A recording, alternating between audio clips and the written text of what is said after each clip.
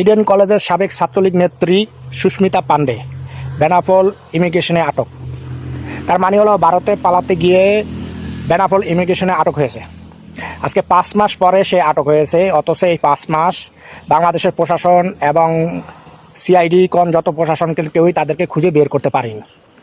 তারা কিন্তু দেশের ভিতরেই ছিল।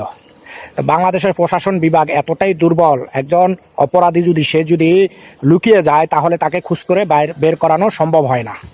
তো বাংলাদেশ কিসের এত সিআইডি, কিসের এত ডিবি, কিসের এত প্রশাসন, তাদের তো কোনো শক্তিই নাই দেখি একজন অপরাধীকে সে লুকানোর পরে তাকে ধরার।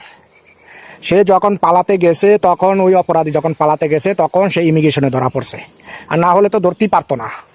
এই যে সাবেক ছাত্রলীগ যে নেত্রীরা আছে যারা এত অত্যাচার করেছে, হ্যাঁ, তারা যদি দেশের ভিতরে এইভাবে থাকে তাহলে সামনে নির্বাচনে কিভাবে সঠিক এবং সুস্থ নির্বাচন দিবে সরকার?